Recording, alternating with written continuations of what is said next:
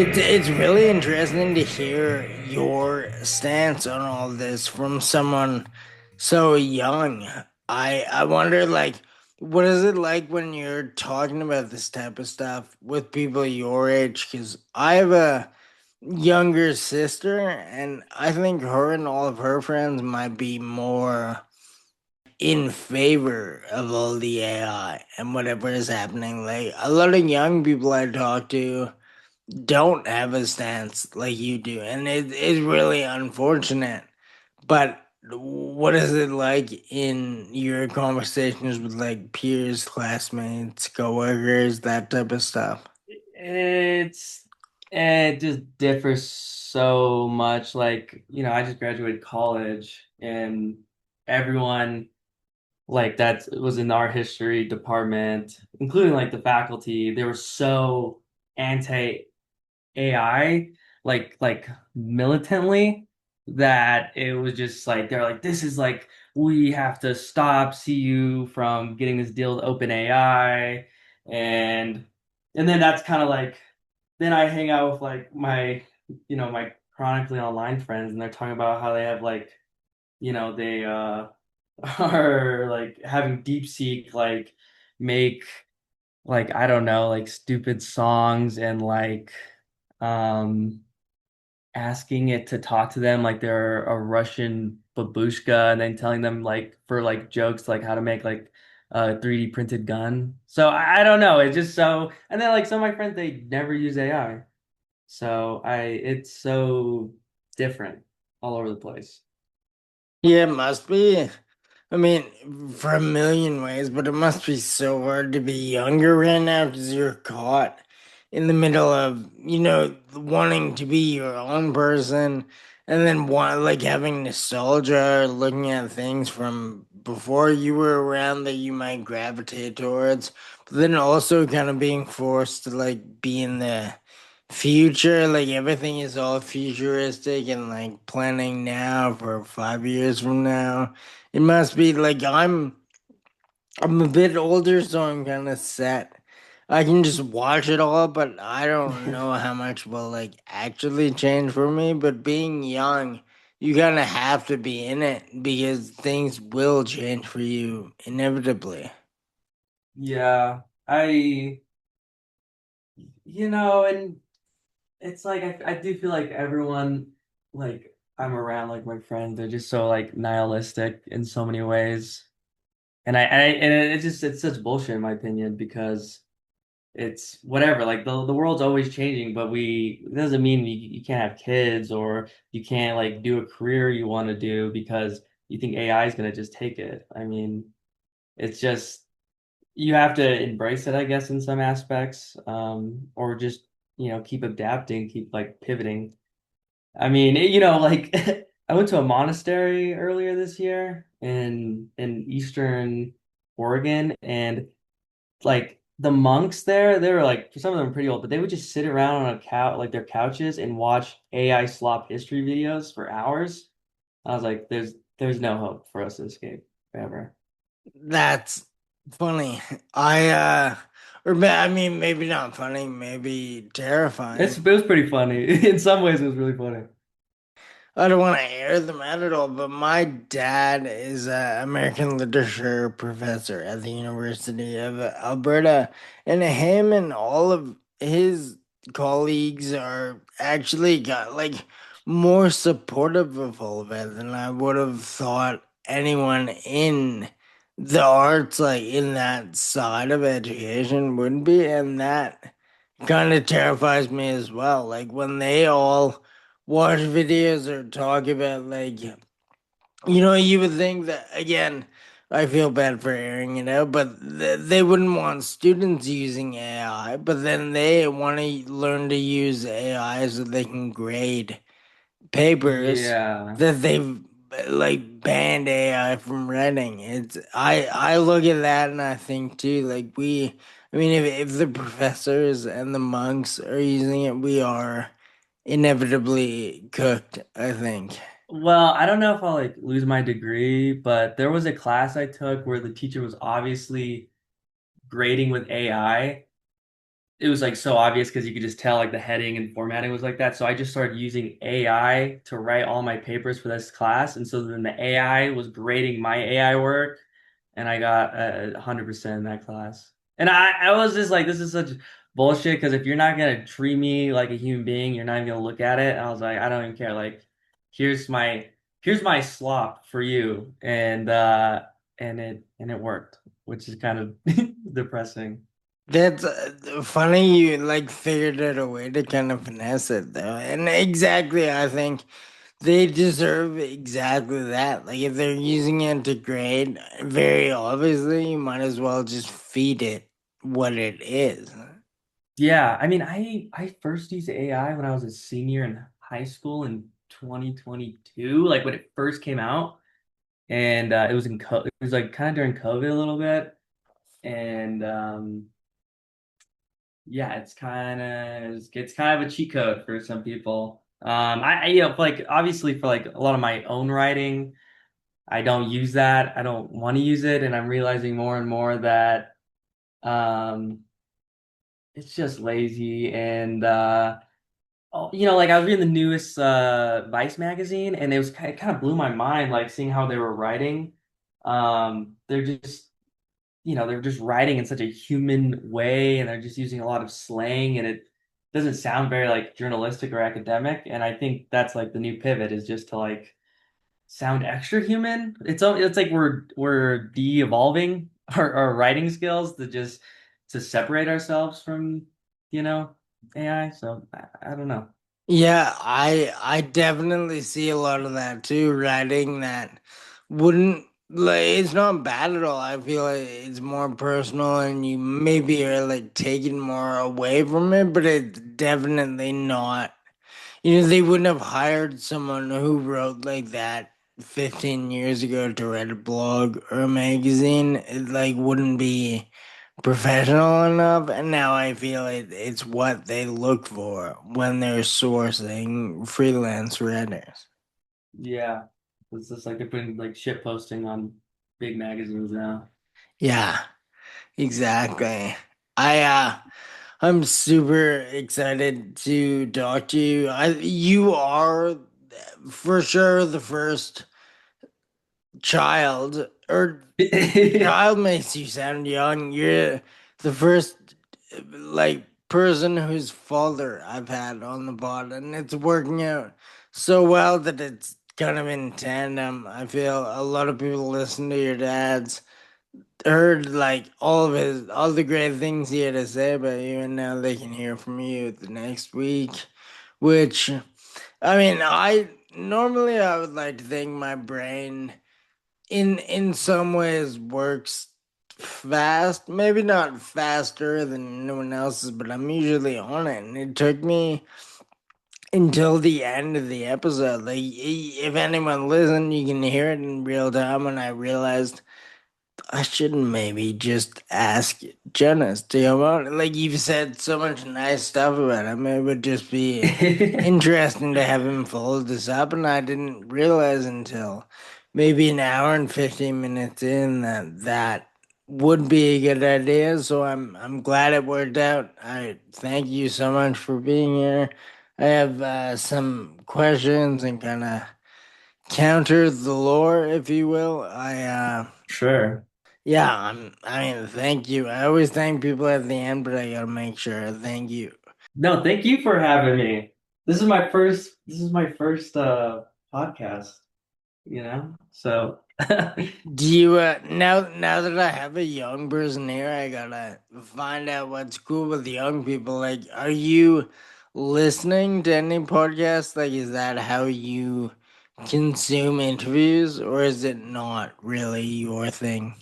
yeah, I listen to a lot of podcasts. I listen to Doom Scrolling by Joshua Citarella, which is like actually my favorite podcast. I'm listening to like it's called Age of I'm a huge history nerd. I listening to the Age of Napoleon, and it's like a 6 year project. He has like over like 500 hours of just Napoleonic history that I've been listening to like religiously every day.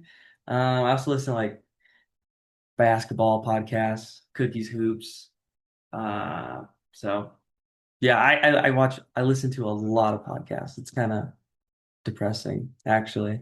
Those are all good, and that's a good harmony of info to be like taking in. Like I also doom scrolling is, but if not my favorite, it's tied with him. He's like so good at sourcing guests and then asking the right questions. I love what he's up to, but also I'm a fan of being all over the place with my podcast consumption as well. I'll listen to like some real ones and then some like of the word like podcasts about, I guess sports podcasts are the worst.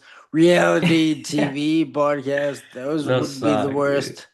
Yeah. There are some that are more educational than others that I listen to, but I like to run the gamut too. So I'm glad that that's how young, or at least how you're consuming. What do you think about like as a whole? Is that kind of what young people are doing? Like, would that be the trend of at least where you are? What most young people are into?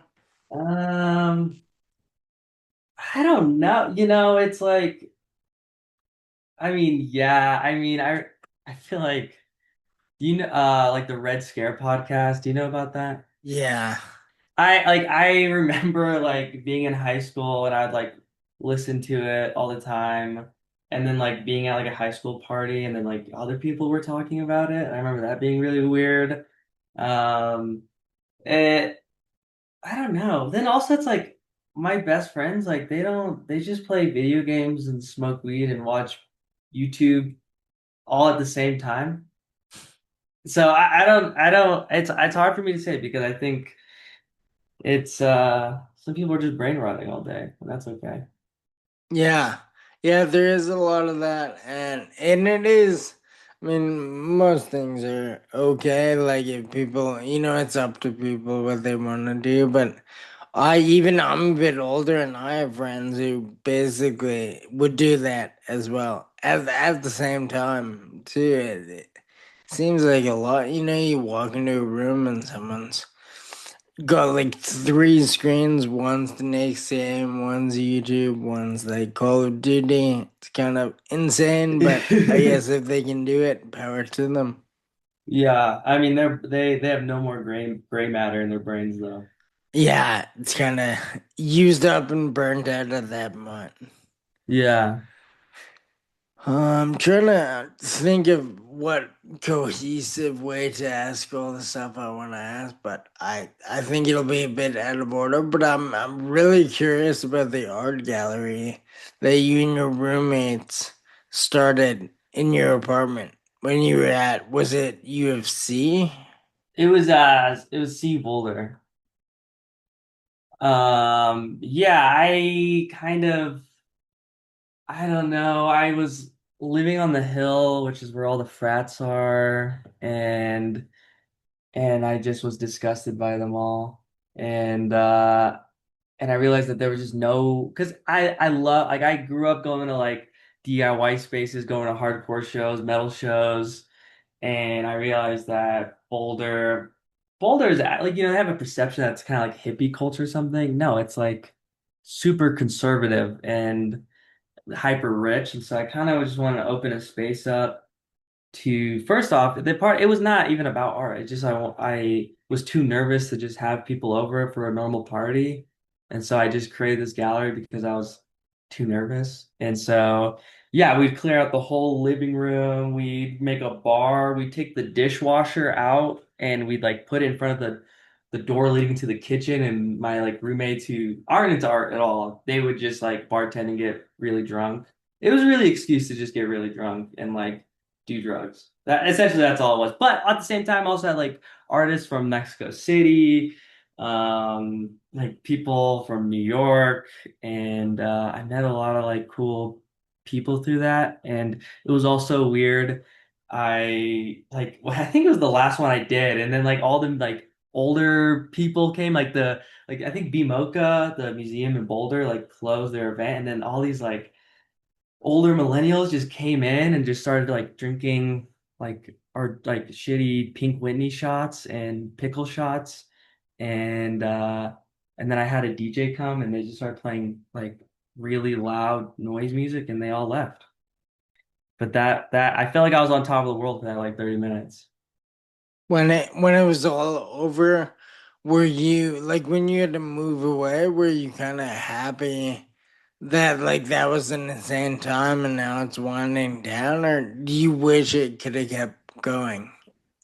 I just hate Boulder. I hated Boulder so much that I transferred out of that school to go to CU Denver because it's just like it's um it's a cultural wasteland in so many ways, and it's just funny seeing all these like hippies who like did acid in the 60s and 70s. Now they're just like rich landlords who are just like taking all this money from these other rich people, and like these like college students have like G-Wagons and they're driving around, and everyone is just like there's like a cloud of neurosis over that entire community.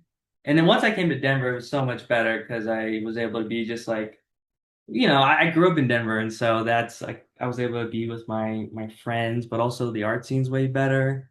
And I already knew a lot of people in the scene because I just grew up in it.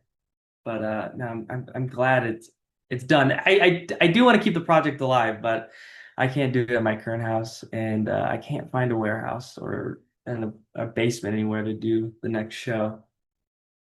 That's interesting that there's such a like stark difference in the schools when I'm terrible at knowing the size of anything, especially things in the States, but how like close is it only a couple hours away?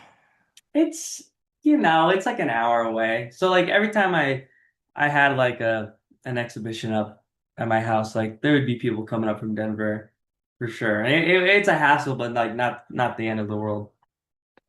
So then, like, if you were to find a way to do more of that stuff in Denver, you probably retain a lot of the crowd, like being that close, and with people coming from Denver already, now they can just go to the ones in the city. Yeah. Yeah, I'm in a weird limbo zone because I I just can't find a good space to kind of keep it going because I got some things I really want to do, but um space wise it's like really hard in Denver when things are expensive but also abandoned at the same time. And yeah.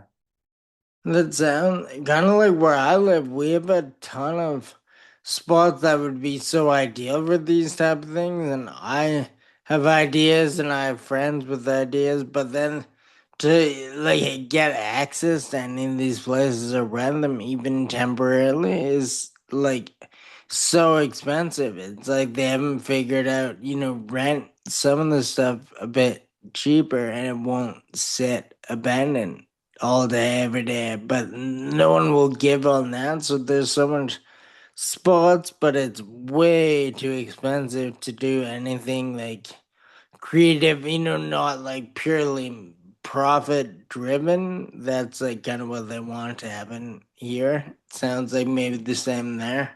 Yeah. Or just I don't know. It's like it's hard to like approach like downtown is like super abandoned and it's like, oh, hey, I will, I use corporate talk, I will activate your space and make it cool or whatever. And people are just they're uncomfortable with that, I think in a lot of ways. And so it just rots.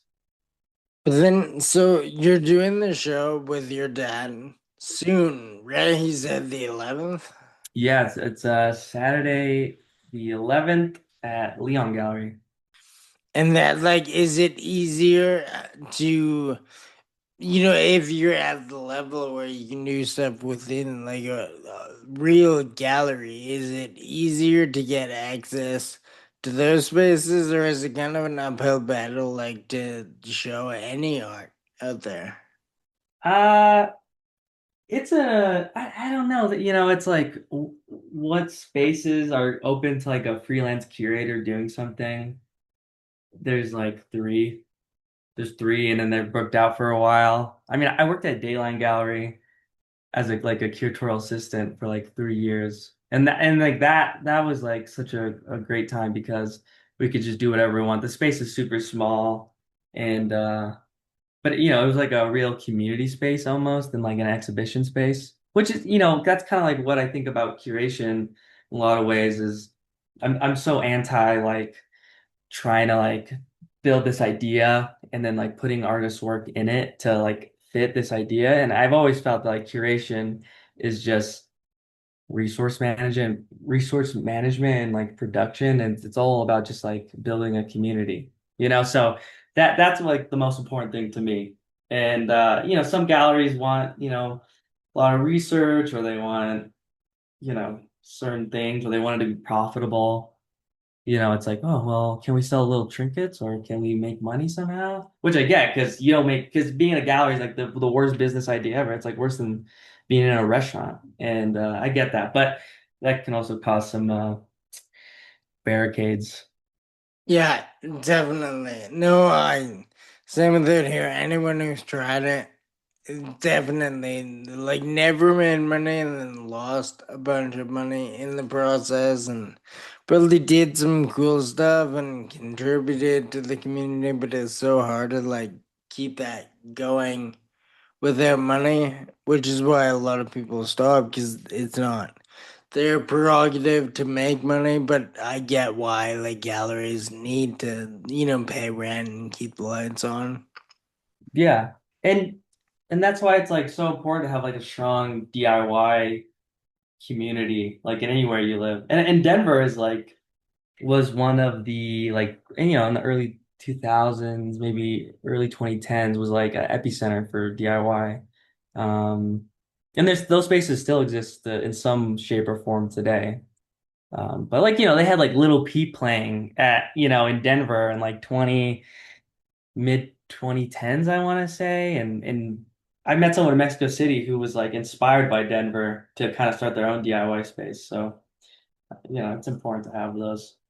Did what your dad mentioned that when you were like really young, they would drag you or take you to all these shows and these spaces. Do you have memories of the good ones? Like were they around when you were really young, or is it way before your time? Yeah, I remember going to all these like shows and just like hating them and being so bored and everyone was just annoying and weird. Because like I also grew up like while I was going to these like my dad was like, an atheist, graffiti writer, and then like I would also be like halftime with my grandma who's like a Jehovah Witness and I couldn't celebrate birthdays or I don't know. It was kind of shocking seeing two things, two polar opposites of like culture, I guess. And I remember just being really confused all the time, honestly. Yeah, that's gotta be like pulled pretty forcefully in either direction. Could be definitely confusing for anyone, especially someone younger.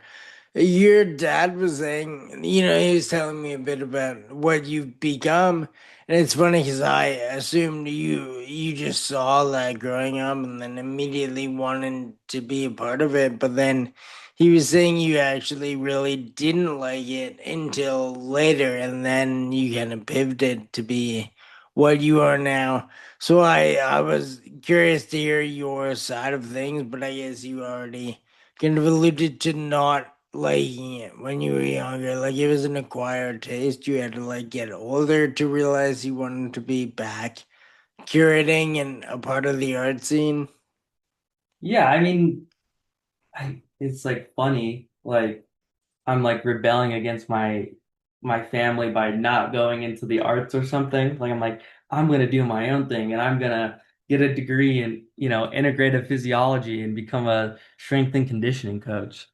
But it's like you can't, I just felt that some sort of like divine intervention always that I was supposed to work in the arts. And like I was growing up, I was always reading like left-wing books like State and Revolution by Lenin and all that stuff. And that stuff's so ingrained in my mind. And I just was around people who work in the arts and always realizing that they aren't getting paid correctly for their labor. They're being mistreated by galleries and museums always. And like my whole point of getting the arts in some ways is just to make sure that things aren't oppressive for the artist, but also things are just fair. So that's why I kind of got into the arts, really. And that's why I got into curation, because curation is, in my opinion, like production and resource management. And now that you're in it, you're I don't know, bum you out on the facts of it all even more, but have you realized it might be harder than you thought, like to do everything above board and fairly? Or is it one of those things where it's like, why haven't people been treating people fairly the whole time? And it's not that hard. Hmm. I it's kind of weird, like now that I'm in it more and I'm realizing that there's not some sort of like, there's not a secret cabal that's like making sure that artists are being mistreated. It's just like just everyone's fucked right now, and and the art market's weird and there's no funding for a lot of institutions. Um, it's it's depressing for sure. But that's important that the art does not retreat into itself still, and that it's still very open and trying to prosper still. You know, it doesn't give up, and I don't want to give up. Yeah, I mean, if other people, I keep saying if other people did what you do, we'd all be in a better place. But I wish more people saw the flaws in things and then set out to like be a part of changing it or having it revert to how it was at some point. It's quite commendable, and hopefully it inspires other people to. I mean, I'm sure there are people trying to do good, but I wish there was more. Yeah, and it's just the sickness of art right now in America and the whole world is just a reaction to how there's no middle class that can afford to buy a luxury item like art, and that's why artists don't make any money because the only people who are buying it are rich patrons. And maybe the art was good in the 60s and 70s, 50s because there was a strong middle class that could buy a $500 painting or and support artists, but that doesn't really exist anymore. That's actually a very, very good point. Very truthful and kind of painful to hear, but makes so much sense. And I hadn't necessarily thought of it exactly that way before. But yeah, I guess, like, I mean, people have so much stuff to pay for these days. Almost all the world is kind of living paycheck to paycheck with a ton bit of savings, and breaking some of that off to buy art probably isn't a priority for a lot of people.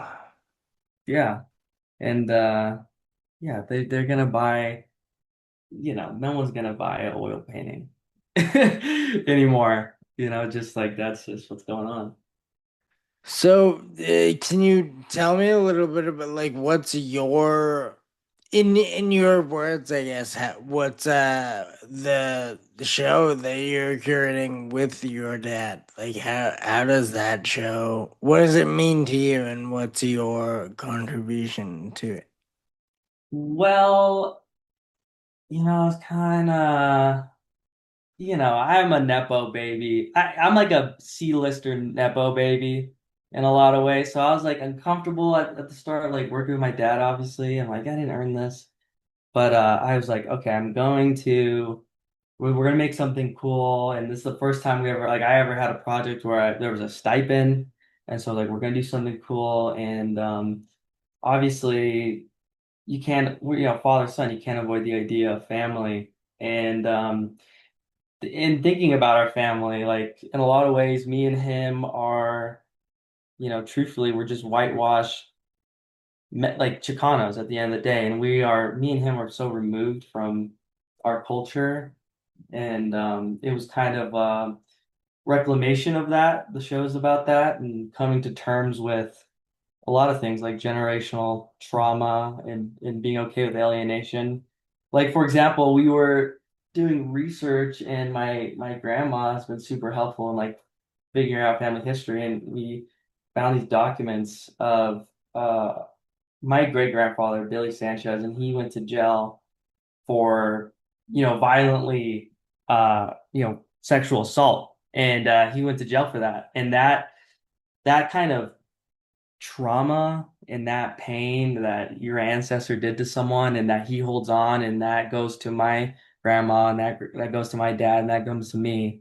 And the show is kind of just being at peace with that and being okay with that and being okay with whatever the people in the past have done. And so, it's been like super cathartic, honestly, doing this and just accepting our own identity and our history. Is a lot of that stuff like things that you and your dad are learning for the first time, or like had he maybe heard inklings about this like through the family over the years, or is it all like brand new info? Some of it's pretty brand new, like we found all these old family photos, and it's like crazy to see that like our ancestors were just like poor San Luis Valley farmers for like hundreds of years. But what talking about like Billy Sanchez, that he's a monster in a lot of ways, but you kind of like seeing those documents, those government documents, is like just what was a new thing and just super shocking to see. Because we knew he was like kind of a messed up and a drunk who loved Johnny Cash and would smoke cigarettes and was an alcoholic. But we didn't know that it was so so messed up and so recorded, you know? What about your grandma? Did she know all this before she like found it for you guys, or was that new? I don't, that's a good question. I don't know. I think maybe she never she said things about her dad in a lot of ways that but nothing like that. And I think she just was trying to like forget it or like erase it. But even you cannot say those things out loud or tell someone, but that trauma still is inherited every time that someone like is born into the family. Like that is still felt. And that stuff only ends through mindfulness and being at peace with it, and that's how you end this cycle of alcoholism, this cycle of violence.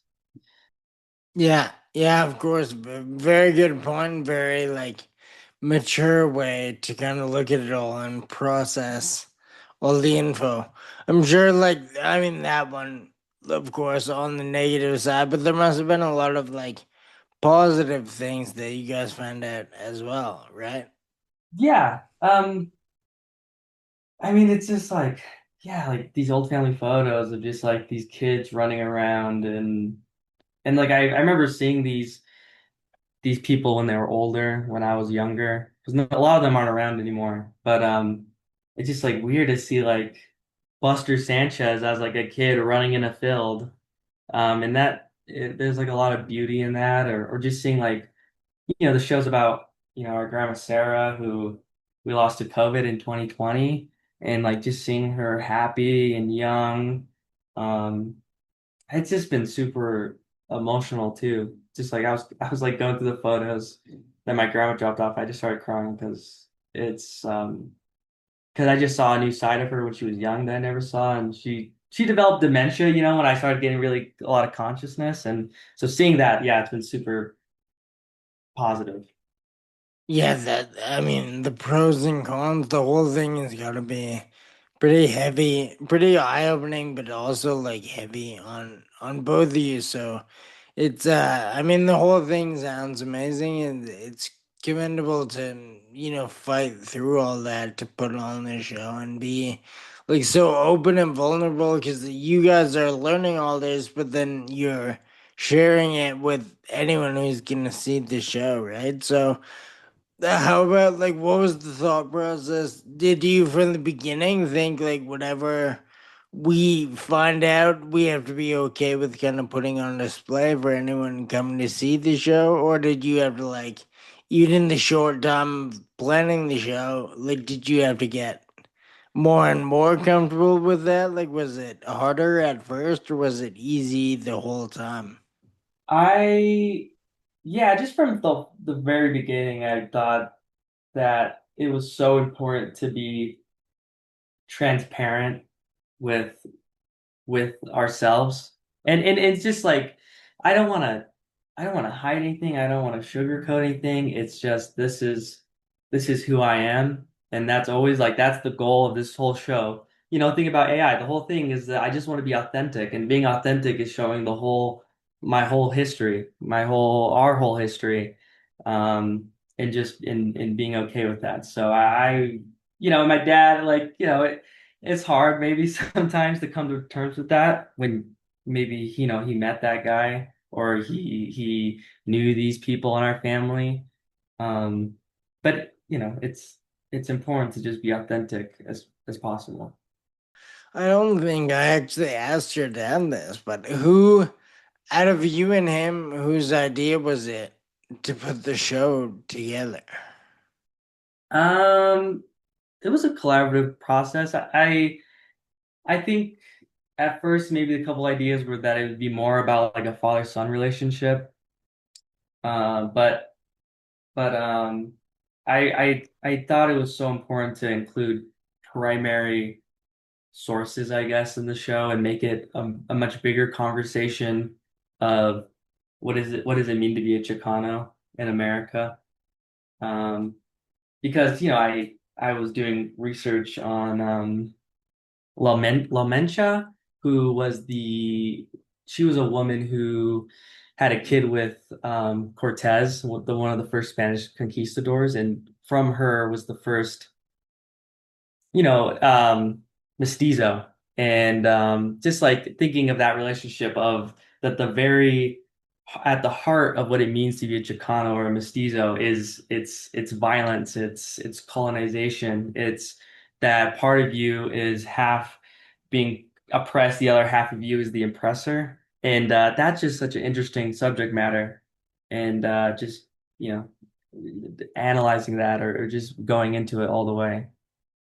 So I don't want or need you, like, don't expose all your secrets if you don't want to, but like, were you guys given the show? Like, did people say we would like to have you guys do the show, and then you guys kind of formed the idea like throughout the planning, or did you like finalize what it would be about when you started kind of shopping it around the spaces that wanted to take it on? Well, my dad hasn't had like a solo show in Denver in like 3 years, and so the we actually got the space before even an idea of a show. So we weren't even shopping around an idea. It was more like we were feeling the walls of time closing in on us, and that we just made the idea. So yeah, we got the space first, and then we came up with with the idea, which has been it's like been a maybe a 6 month six. We probably found out that we got the space like 6 months ago. That I mean, 6 months. Yeah, I've put together nothing this substantial, but I've had shows before, and 6 months seems like a while, but then when you're in it, it seems like not near enough. Like, how do you feel? But like, was that enough time to form everything, or do you wish you had more time, or could you have done it with less? I don't know. We had to push the show back a month. We were supposed to do this in June. We had to push that back because my dad moved to Long Beach. I was finishing my last semester of college. I got engaged. Um, you know, and just like I'm trying to transition to being like an adult. And so 6 months has not been enough, not enough time. But I'm really happy where we're at, you know, within that 6 month timeline, honestly. And we're talking a bit about public speaking, and your dad and I kind of agreed that it was always gonna kind of be an uphill battle for both of us. But then when I was asking him what he thought you thought about it. He said you were a great public speaker and you didn't, if you had any, it wasn't showing, like it wasn't obvious that you didn't like it. What, now that you're here, I want to ask to hear it straight from the horse's mouth. Like, what do you think about public speaking? I I don't know, like no, I suck at public speaking. It's awful. He's being too nice to me. I'm terrified. Like even talking to you right now, I'm a little shaky. I'm a little, I'm a nervous guy. I'm super anxious all the time. I try not to be. But I get it from my dad though. I think it's something in our in our genetics. But yeah, like I gave my thesis presentation to like a crowd of like 150 people at at a film screen. It was like a big presentation with a big ass screen, and I just was like shaking, and I like blacked out the whole. And I like opened my eyes, and I was done, and I was like, everyone said I did a good job. I don't even remember doing it. Yeah, I'm not good. I'm not a good public speaker. I guess I can just put a mask on really well. I really like that you put it that way. That's what I always tell people about these things. Like every time I do these, like every episode, no matter how well I know the person or if I'm meeting them for the first time, I'm pretty nervous, and then I always refer to it as blacking out as well. It's like it starts, and then we talk for an hour and a bit, and then it's over, and it always somewhat works out. I sometimes don't even remember all the things we're saying until I'm editing the next couple of days. But I'm always scared, but then it is like it starts and then it's over, and I always make it through somewhat unscathed. Yeah, yeah, yeah. My dad's a liar, dude. I suck at. I mean, I don't suck, but I'm there's no ice in my veins, dude. That's for sure. Were you did you have to give like the, I guess not the artist, the curator statement before all the shows that you were having in the apartment? Like did you at least practice speaking in front of people for all those? You know what? Like again, like that whole project was really just an excuse to party at the end of the day. And I would write stuff about it and I would like try to talk to people about it, but I never had to like, you know, tap my champagne glass with my spoon and start talking. That is exactly what I thought. You would have to do like kind of, get the room to be silent and then talk, and like that actually is maybe the worst nightmare of mine. Like talking in front of people might not be that bad, but like getting the entire room to listen and like look at you and you're backlit so you like can't even really see all the people, that is the most terrifying to me. Yeah, and I've been in that position a couple times. Yeah, I try to avoid that at all costs. And I think the work it stands on itself. You know what I'm saying? That's the I hope being a good curator in a lot of ways is I hope the work can just speak for itself. Yeah, yeah, of course. But I'm also thinking, as a curator, getting more and more involved, you probably have a whole career's worth of public speaking ahead of you. Yeah. Yeah. If you're open to that, I guess. I mean, like, there's a difference between being a bit nervous but going through with it anyway. I know people who like just wouldn't do it. Like they're really scared of it, but they wouldn't test themselves or try it out and see how it went. They just wouldn't do it at all. Yeah. I mean, at the end of the day, if it needs to get done, it's got to get done. And I couldn't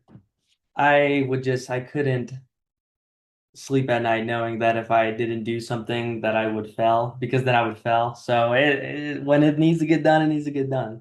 I got to put on my Andrew Tate hat on and go bro out and find my inner bro and just start talking out loud to random people and not sound stupid. Yeah, no, that a good way to look at it, and for sure. Like, again, commendable because a lot of people I sort of think like you, like I hate doing it, but I will do it if it needs to be done, and just hopefully black out, get through it, Yeah. move on from there. That I think that approach is definitely better than just not doing it, because obviously you care so much about art and the presentation of art, so you're gonna have to speak about the art at some point. Yeah.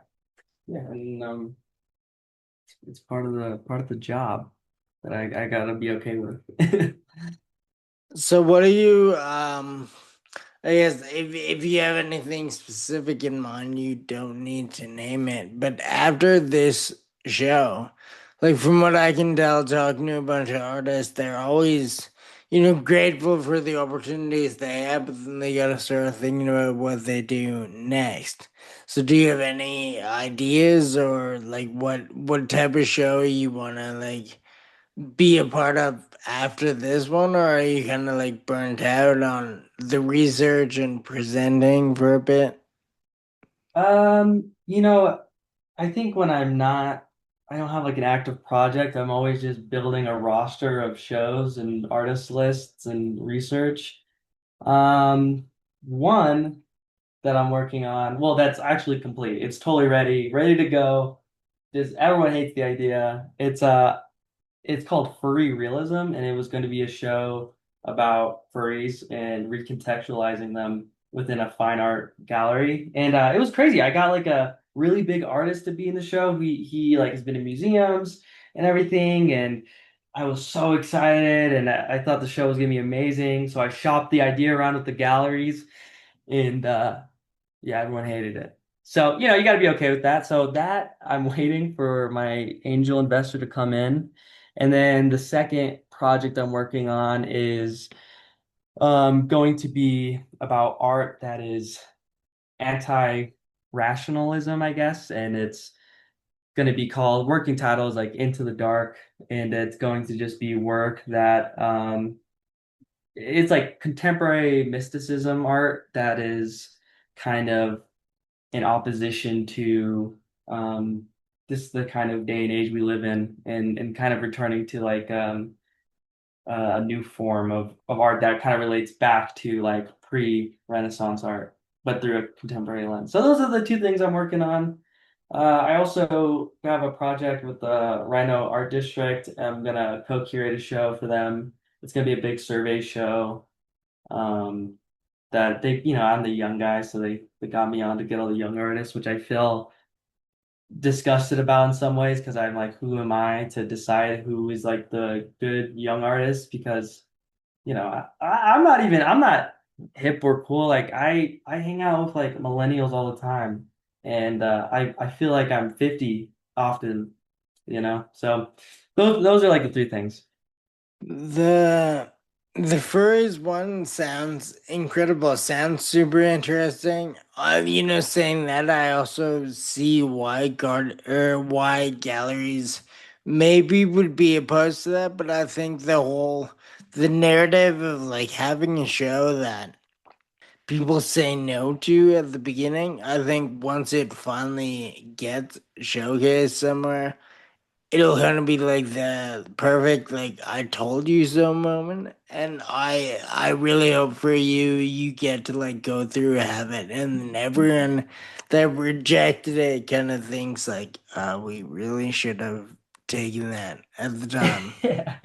I know. I was like, do you guys not like making money? I mean, like furries will spend, they spend $10,000 on a fursuit, dude. They will definitely buy a $500 furry painting, like without a doubt. And I was also salty. I was so salty because it was supposed to be the first fine art furry show in America, and someone did it in Pittsburgh last year. And being the second ever furry show in America is like does not hit the same at all.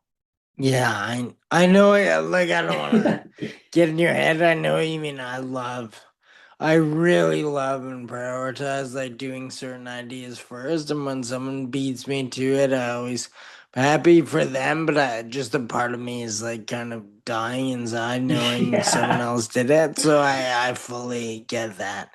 The other one though seems like something my galleries would be way more into, and they would see that as being something they could market and take on. So do you think that will have better chances being picked up by the galleries? It's such an early development that I'm not sure.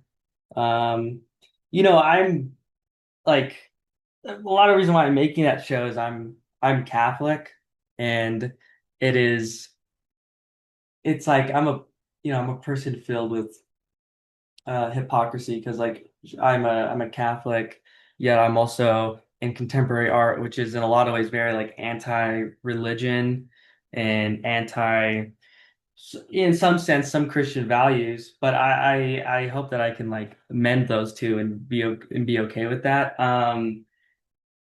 But I think people will like that one more. It's way more intellectual.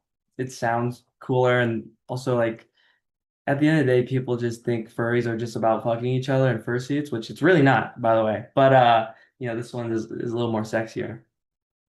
Yeah, I mean, I personally, I would actually, given the choice of two of those in one night, I probably would want to see the very one more, but I get Yeah. why galleries would lean the other way. But one of my like gripes with galleries lately, I don't know if they're really the same. North America, at least, I feel they only want to cater to art people. Like they only want like people they know come to their shows, coming to the openings. But I feel the furry one would bring in a ton of artists, and then Yeah. also people who probably have never thought about going to an art opening, but they're like intrigued by like the subject matter. Even like furries, like people who identify as furries might come because they want to see that side of things. They don't necessarily care about the gallery opening. But I feel like galleries don't think about things in that regard, like how they could broaden the scope. Yeah, no, I totally agree. And yeah, the because what is the point of a gallery? It's just like it's you want to find a patron that will always shop at your spot and stuff like that. And galleries at the end of the day should just be community hubs, not because you're not gonna make money being in a gallery. You're not Pace, you're not a blue chip gallery at the end of the day. So it's like, what's the point of trying to be all uppity in some aspect? Yeah, of course. I 300% agree. But like in your job, I guess, like being a curator working for the gallery, are people at work with you? Like, are you young compared to everyone else, or do they have other people from the same like kind of generation with the same? Like you're saying, people like the idea of tapping into you because they can access the young people. Are you one of the only young people, or is there a whole like other people you work with that are that age as well? It's kind of like speaking honestly, there is other people, but I think again, like it's weird that I grew up going to shows and openings and being around all these people that it's like I don't even I feel so alienated because I'm young, so I don't really fit into like the millennials who like own the galleries now, or even the young people because I like with the young people, I'm not even like um in this necessarily like in the same circles, and I try to be, but then I also just feel like I've been around so many like art millennials that I have inherited their tastes a little bit, which I'm so scared of saying out loud. Um, so yeah, essentially there is other people and they're doing amazing stuff, really cool, and it's like so sick. And a lot of them are actually just moving to New York after like they do like 5 years here and then they go to New York. which is kind of like the pathway I'm seeing. Do you I mean, I guess no one can see the future, but do you have any intentions of leaving, or are you kind of like invested in the art scene in Denver and want to like stick that out? I really want to leave.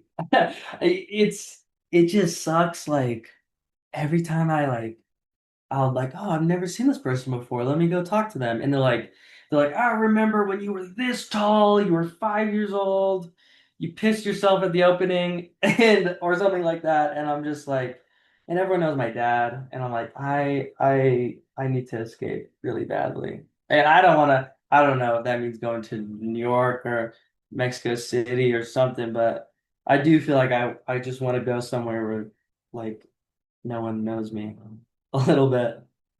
You know, as I was asking that, I don't want to generalize all young people, but I think asking someone around your age if they want to leave their hometown, the answer would probably 100% be yes from everyone. So, you know, as I was saying, then I was like expecting exactly the answer you gave, but it's cool like that you were able to contribute, you know, like you did a bunch of stuff before leaving. Some people I feel leave too early and they don't like get back at all to the city that like help them kind of become who they are before they take that show on the road.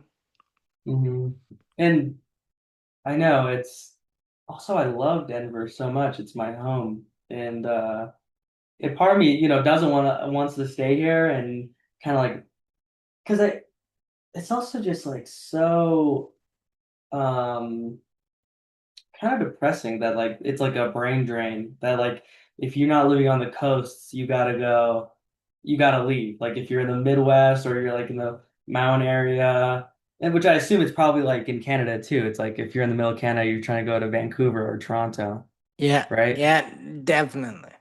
So it's like it's just like also there's something so beautiful about just like building something where you are and let like people coming to you, which Denver did do that with their like very robust DIY scene. Have you like traveled at all? Like, have you been? Like, you mentioned New York and Mexico City. Have you been to either? I have, yeah, I've been super blessed to like be able to go to these places. My fiance has family in Long Island. So I've been out there. I'd also been out with my dad. And I was just in Mexico City in May, and I love that place so much. And I know some Denver people who moved, down there. Um, Also, it's kind of weird moving to Mexico City though, because then I feel like I'm part of some like wider neo-imperialist international gentrification program or some shit like that. Uh, but I'm Chicano, so it's probably okay. Yeah, yeah. I mean, it's not up to me to say it's okay, but I would think it would be. Yeah. They get mad though. They get mad if you don't know how to speak Spanish, which I speak really poor Spanish. And so they're like, dude, your last name's Sanchez. Like, you really don't speak good Spanish? And I'm like, lo siento. You probably learn, like, if you were immersed in it all, you might pick it up faster. Right, right. It's good. Also, like, some people wouldn't be aware of that type of thing, you know? They would just go somewhere as a tourist and like have the locals kind of frown upon them, but it wouldn't really bother them. It's really kind of you to be aware of that and think about how they would feel about someone coming in who, I mean, you would belong there much more than I would, let's say, but like someone like me might, you know, not think of it to go there and be like an annoying transplant, but being aware of how they feel is very, very kind of you. Yeah. I mean, I feel like I am such a neurotic person that I'm just constantly thinking about how other people will perceive me, and that like works in the macro level too, you know. Yeah, I'm too. Actually, and now that you say it, now I'm thinking like I probably would overthink every Yeah. aspect of something like that, which could be nice because then you're being aware of how other people feel, but it also might drive me insane. Like I constantly break my own brain overthinking about stuff like that. Yeah. Yeah. So what besides, being immersed in the art scene and thinking about a million things and then listing some of the things you also do kind of outside of that, I guess I should kind of blatantly ask like what you spend your time doing when it's not arts related. Yeah. Well, I work out a lot. I was a certified I was a certified personal trainer for like 3 years. I went to a high school that was also a trade school. And so one of the programs was being a personal trainer. And I was like always like very, insecure about how I looked. And so I was like, oh, great, I'll just get really jacked and then get like an okay job. And so I work out, and I love that so much. And that's also like influenced my art in so many ways because lifting culture is so like can be so esoteric and so weird that it's like almost a art in itself, like culturally speaking. I also am Catholic, and so I kind of try to live out that lifestyle. Like I said, I went to a monastery with a bunch of brain rotting monks who they were so sweet and so happy. Super conservative though, obviously, but minus that they were super chill. Do they have iPads or iPhones? Like how are they watching? They don't have they had a home phone, like a landline, but then they had a TV set up and they had YouTube and they would just like put on these like 8 hour long AI generated history videos like on their little TV. And I was like, guys, like I can help you. Like I gave them I made them like I gave them my Netflix password and I made it a profile for them and they still use it. So hopefully they're like watching like Netflix documentaries now as more. I hope. Yeah, I was gonna say hopefully they're watching good stuff and not, hooked on like selling sunset or anything like terrible. Yeah, but they're like really sweet old guys. And I like every day I'd like go feed their goats and like the chickens get out and they can't really get after the chickens, so I'd have to run out and grab the chickens for them. And the head monk was kind of like he was kind of I think he had like early form of like memory loss. And so me and him would just have like a hypnotic conversations for hours where we would just repeat and talk about the same things. But yeah, really cool guys. Hey, if anyone ever wants to go to a Byzantine Catholic monastery, look for the one in Eastern Oregon. Yeah, how did you decide that was gonna be the one you went to? Well, I'm Byzantine Catholic, which is a rite within the wider Catholic Church. There's like the Roman rite, which everyone knows, right? It's like the whenever you think about Catholics, like a mass, that's what it is. But Byzantines are a church within the Catholic Church, and they're like super aesthetically very orthodox. So their mass is like much more ancient. There's a lot of chanting, and there's no pews, so everyone's standing. Which is, it's kind of absurd when I bring like I brought my dad or like my fiance and they're like, what the fuck is this? Is but I love it. I love it. And it hits like a certain part of my heart in like a very special way. How much time did you spend there? I spent 10 days there, like and no phone or anything. And I was reading Dante's Divine Comedy and yeah. It's funny. They had to go into the city a lot because they kept needing to get like eye surgeries and like they just had to it's funny because monks don't want young monks because they don't have pensions, so they try to get people who are like retired priests or like old people and then they get their pension so they can just kind of like live more comfortably.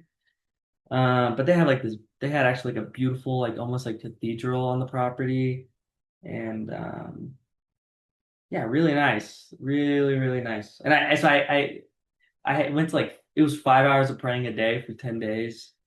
I mean, must have been great for so many reasons, but just being like having nothing to distract you for that long, just being alone, like with your thoughts, and no phone, no nothing. That must have been like so eye-opening. I mean, I could see it being really good, or maybe being really bad. Like if I was left with only my thoughts for that long every day, and it could go sour at some point.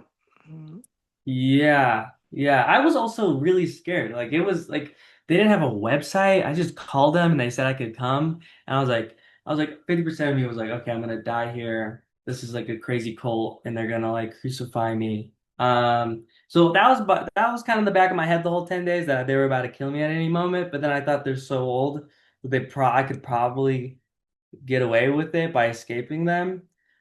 Um But but yeah, I mean like being alone with my thoughts was actually really nice. And it was just beautiful like seeing like they had this like these guard dogs that they were like breeding and they're so pretty and there was like this like natural lake and it was just gorgeous. Will you go back? Like, is that the idea? You revisit like every now and then? You know what? That's a good question. I don't know. Maybe. I don't know. Sometimes I feel bad. I'm like, they probably need a guy to go help them. And sometimes I think I should probably go out there. But then also like Pasco, Washington, which I had to fly into, is like one of the scariest places I've ever been to.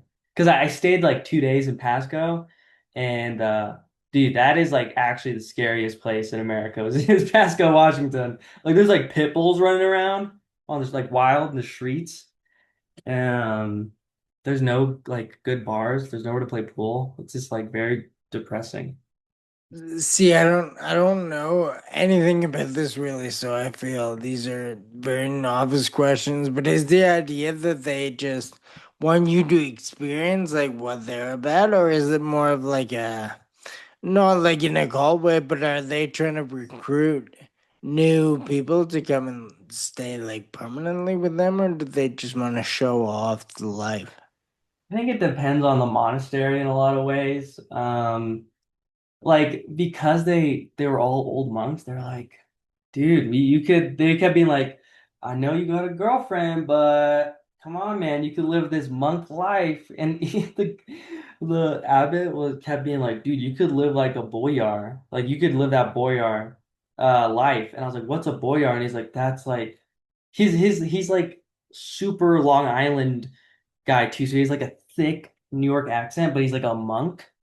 And he kept being like, yeah, dude, like you could live here like rent free and you could just like get close to God. I kept being like, no, that's definitely not what I want to do. But also they're just about um kind of just like teaching fellow Catholics just how to have like a more liturgical lifestyle in the sense of like, oh, like you follow like because like being a Catholic is very liturgical in the sense that you have to just like your life is kind of controlled by these calendars, these holidays, these feasts, you know, and it's kind of like living that life. It taught me a lot, and I'm really happy I did it. Do like to be a monk, let's say, do you have to like would you have had to be like good your entire life, or are there people who kind of like pivot from like a less good life to living that way?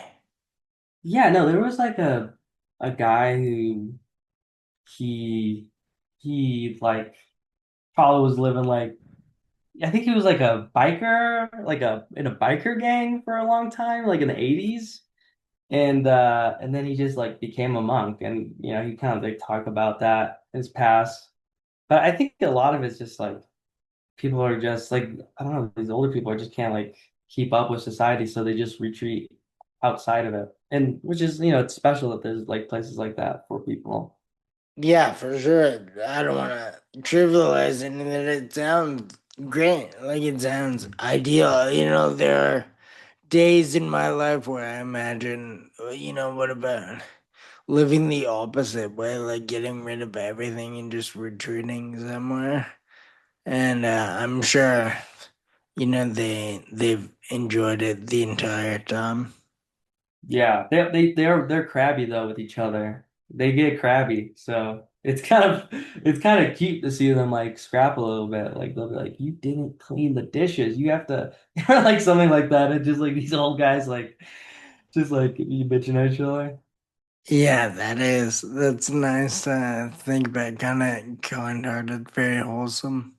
You know what? I think I asked you most things I want to ask. That a very concise episode. I try to keep them shorter than they always end up being. I think right about now is the perfect sweet spot, and it's so hard to like cut one down or intro. Once I'm like in a thought process with Yeah, someone, yeah. it doesn't feel right to end it. But I think I asked everything. I think I've got very good answers on everything. So I think beyond that, we can probably call it, let you get back to your day. And, actually, before I kick us both off, do you want to let anyone listening know where they can find you or your work or anything you want to promote? The mic is yours. Please go ahead. All right, guys. 639 miles per hour, 639 mph is my Instagram. My website's there. Uh, I'm broke, so I'll do anything. Give me any work, I'll do it for slave wages. I don't care. I'm down to do anything. And thank you so much for having me on. What can I ask? What does the 639 mean?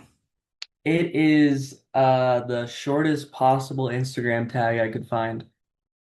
And I just landed on 639 mph, which is kind of sweet, 639, three numbers, three letters, six characters.